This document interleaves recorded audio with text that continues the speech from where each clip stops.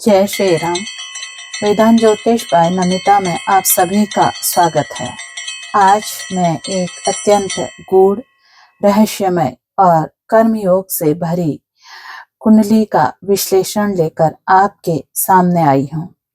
एक ऐसी कुंडली जिसमें मन का स्वामी चंद्रमा पंचम में बैठा है, छठे घर का स्वामी भी वही चंद्रमा है, प्रेम भाव का स्वामी अष्टम में है और सप्तम भाव का स्वामी भी अष्टम में जाकर बैठ गया है।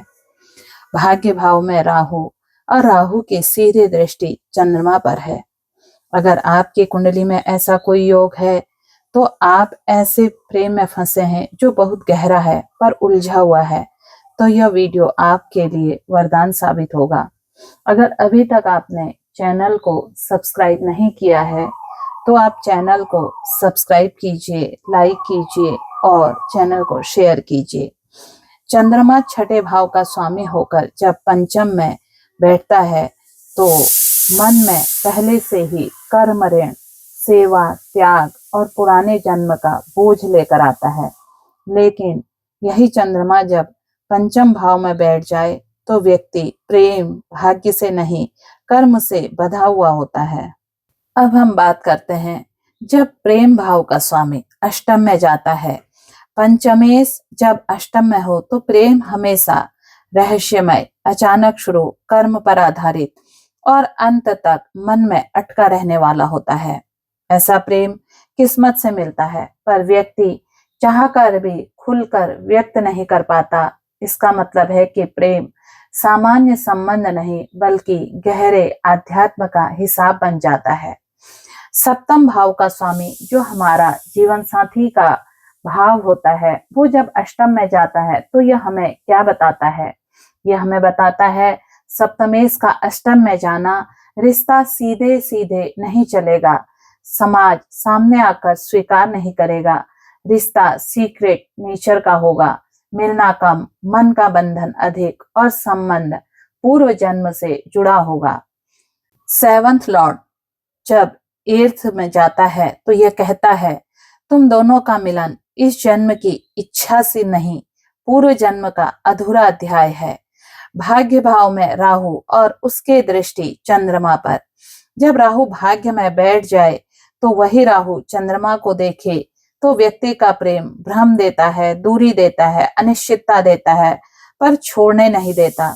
राहु चंद्रमा को भ्रमित करता है और आपके प्रेमिका को लग सकता है वह मुझे प्रेम करता है, बस कह नहीं पाता। पुरुष को लगता है अगर मैं इसे स्वीकार करूं तो मेरी दुनिया बदल जाएगी, मैं संभाल नहीं पाऊंगा।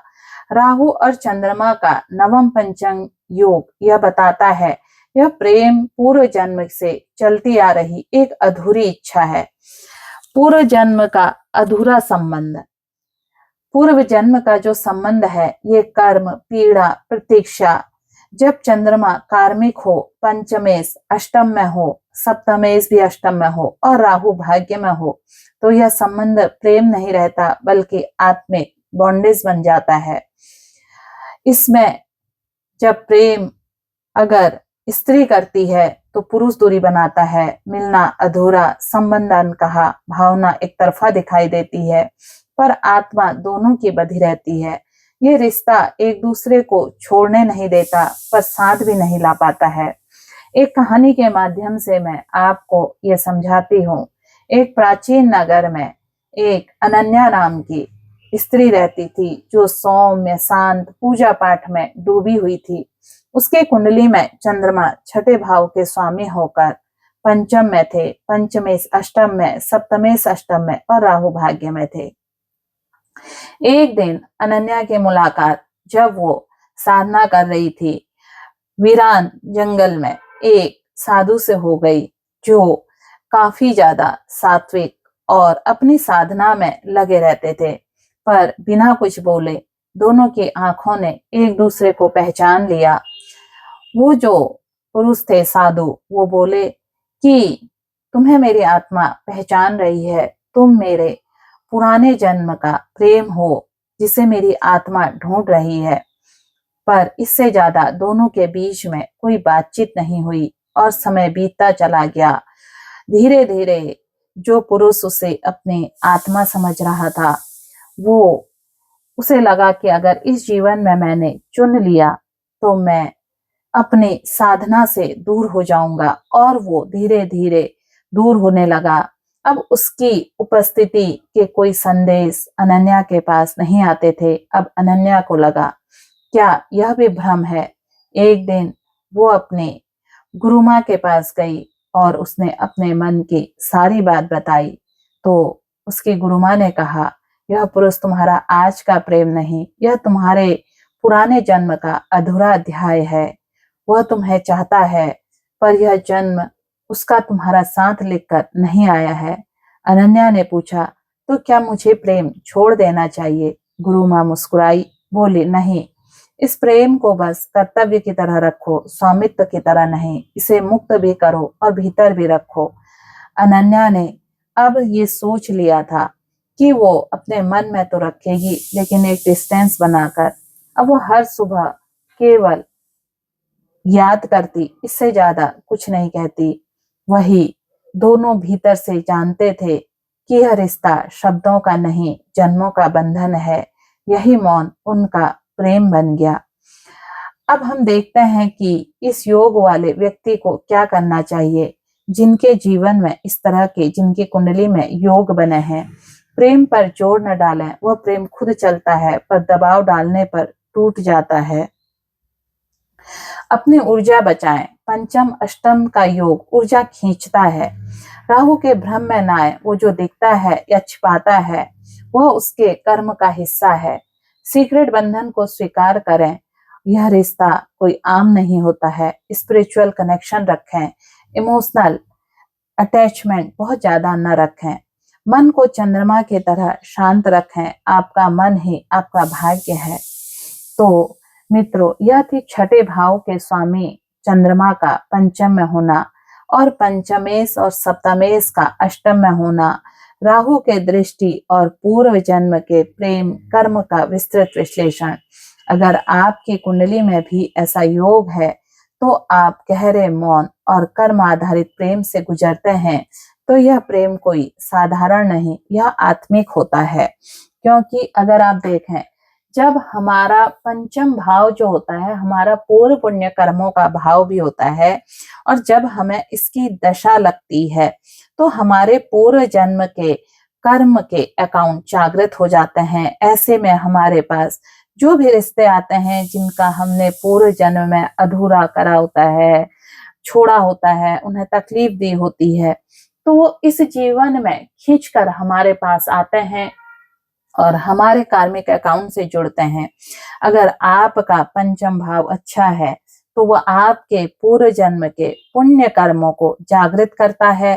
पंचम भाव की दशा आने पर हमारे पूर्व पुण्य कर्म और हमारे पाप कर्म, ये दोनों हमारी कुंडली के पर आधारित निर्भर हैं कि वहां पर अगर शुभ ग्रह की दृष्टि है और या कोई शुभ ग्रह बैठा है, जैसे चंद्रमा अपने आप में शुभ ग्रह है, अगर चंद्रमा बैठे हैं और वहां का स्वामी अष्टम में बैठा है, तो ऐसे में ये आपके पूर्व पुण्य कर्म जागृत करेगा। और व्यक्ति को अगर ये समझ में आ जाता है कि मेरे पुण्य कर्मों की जागृति हो रही है, तो ऐसे में उसके मान सम्मान हर चीज बढ़ती है। लेकिन अगर यही पाप कर्म जागृत हो जाते हैं, तो वो गलत जगहों पर फंस जाता है और अपनी ऊर्जा से अपने चीजों को गिरा देता है। तो ये हमें खुद में समझना पड़ेगा, जानना पड़ेगा कि हमारे लिए क्या उचित और अनुचित है। क्योंकि राहु हमें पॉजिटिव एनर्जी से सदा दूर रखने की कोशिश करता है। जहां पर भ्रम की स्थिति हो, राहु हमें स्पष्टता में नहीं जीने देता है। जहां रिश्ता स्पष्ट हो, वहां से हटाकर जहां रिश्ते दिखावटी हो, वहां हमें जोड़ता है। जहां ऊर्जा नहीं है, राहु को वहां आनंद आता है, क्योंकि राहु एक सकारात्मक ऊर्जा में रहने से डरता है।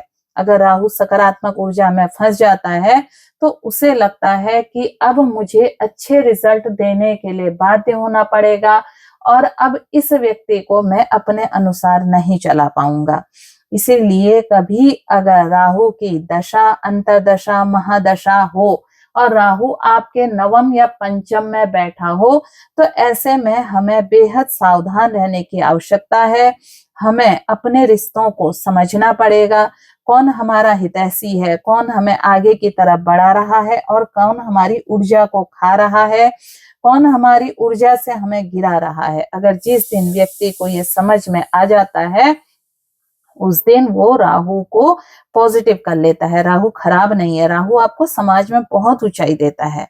और चंद्रमा का पंचम में होना जो सात्विक प्रेम जगाता है आपके मन में। तो ये वीडियो अगर आपको अच्छा लगा तो आप चैनल को सब्सक्राइब कीजिए। दिए हुए नंबर पर आप अपने कुंडली विश्लेषण के लिए व्हाट्सएप पर डिटेल भेज सकते हैं। और अभी तक आपने चैनल सब्सक्राइब नहीं किया है, आप चैनल को सब्सक्राइब कीजिए। ऐसे और भी वीडियो देखने के लिए प्लेलिस्ट में जाइए। जय श्री राम।